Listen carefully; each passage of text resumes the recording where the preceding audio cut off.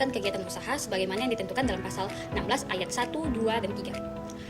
Pasal 16 ayat 1 yaitu setiap pihak yang melakukan kegiatan menghimpun dana dari masyarakat dalam bentuk simpanan wajib terlebih dahulu memperoleh izin usaha sebagai bank umum atau bank perkreditan rakyat dari pimpinan Bank Indonesia, kecuali apabila kegiatan menghimpun dana dari masyarakat dimaksud diatur dengan undang-undang tersendiri. Isi kandungan dari pasal di atas, jadi maksudnya itu bahwa kegiatan menghimpun dana dari masyarakat oleh siapapun pada dasarnya merupakan kegiatan yang perlu diawasi, mengingat dalam kegiatan itu terkait kepentingan masyarakat yang dananya disimpan pada pihak yang menghimpun dana tersebut. Selanjutnya yaitu pasal 16 ayat 2 yang berisikan untuk memperoleh izin usaha bank umum dan bank perkreditan rakyat sebagaimana dimaksud dalam ayat 1 wajib dipenuhi persyaratannya. Sekurang-kurangnya itu tentang yang pertama ada susunan organisasi dan kepengurusan, yang kedua permodalan, yang ketiga kepemilikan, yang keempat itu ada keahlian di bidang perbankan, dan yang kelima itu ada kelayakan rencana kerja. Pasal 16 ayat 2 di atas dapat kita simpulkan bahwa pemberian izin usaha sebagai bank umum dan bank perkreditan rakyat selain memperhatikan pemenuhan persyaratan sebagaimana dimaksud dalam ayat ini, wajib memperhatikan tingkat persaingan yang sehat antar bank, tingkat kejenuhan jumlah bank dalam suatu wilayah tertentu, serta pemerataan pembangunan ekonomi nasional. Selanjutnya itu adalah pasal 16 ayat 3. Persyaratan dan tata cara perizinan bank sebagaimana ditentukan pada pasal 3 ayat 1 dan ayat 2. Maka berhubungan dengan ketentuan pasal 16 ayat 3 dapat kita simpulkan bahwa pokok-pokok ketentuan dan ditetapkan oleh Bank Indonesia memuat antara lain yaitu ada persyaratan untuk menjadi pengurus, di antara lain menyangkut keahlian di bidang perbankan. Yang kedua itu ada larangan adanya hubungan untuk pendirian bank umum dan bank perkreditan rakyat. Yang ketiga ada modal disetor minimum untuk pendirian bank umum dan bank perkreditan rakyat. Keempat yaitu batas maksimum kepemilikan dan kepengurusan. Kelima ada kelayakan rencana kerja. Keenam ada batas waktu pemberian izin pendirian bank. Nah, yang kedua dari bentuk hukum pendirian bank adalah bentuk hukum bank.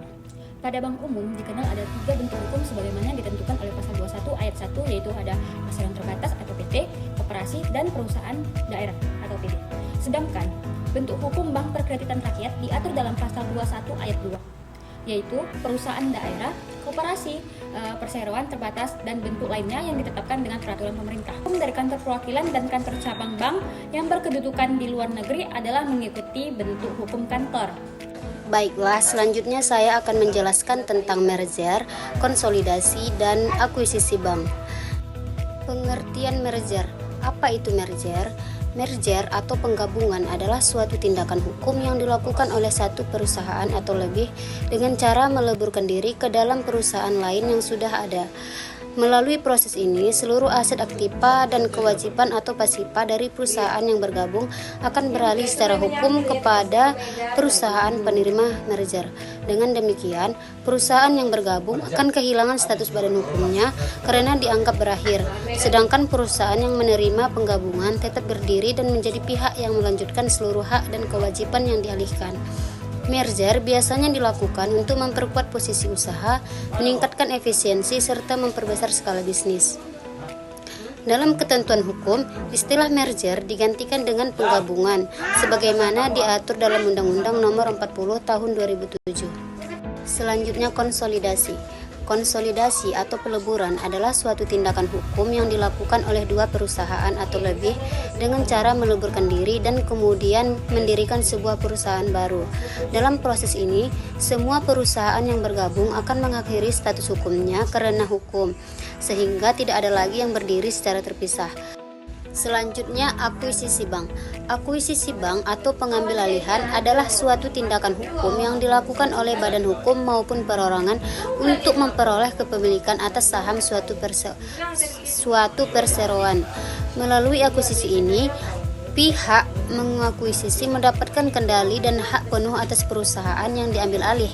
Proses tersebut tidak menyebabkan perusahaan yang diakuisisi bubar secara hukum, tetapi hanya terjadi perubahan pada pihak yang mengendalikan perusahaan tersebut. Selanjutnya yang terakhir, kepengurusan bank.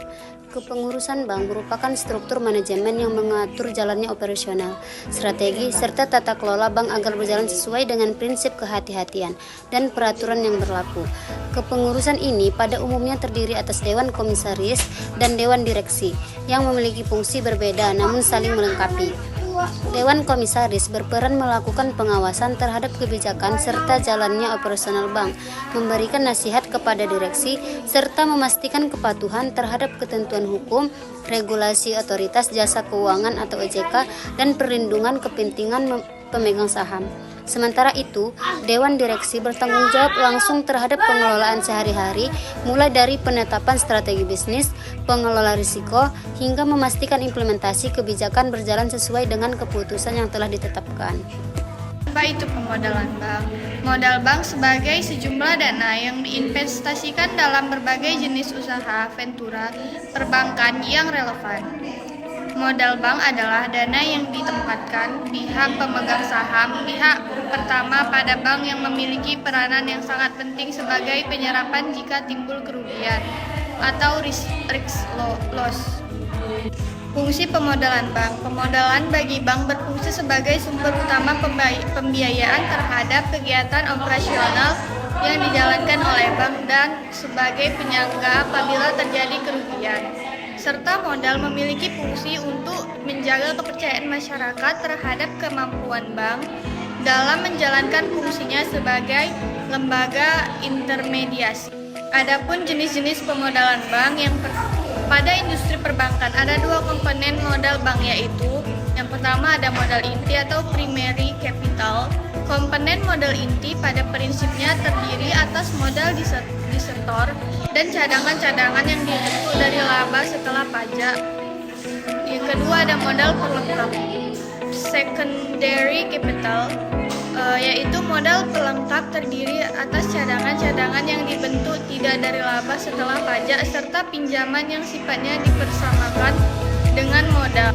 Contoh kasus shadow banking terjadi dalam putusan 62 strip pidana strip 2018. Ketika seorang terdakwa mendirikan lembaga keuangan milik bank tanpa izin resmi dari Bank Indonesia atau OJK.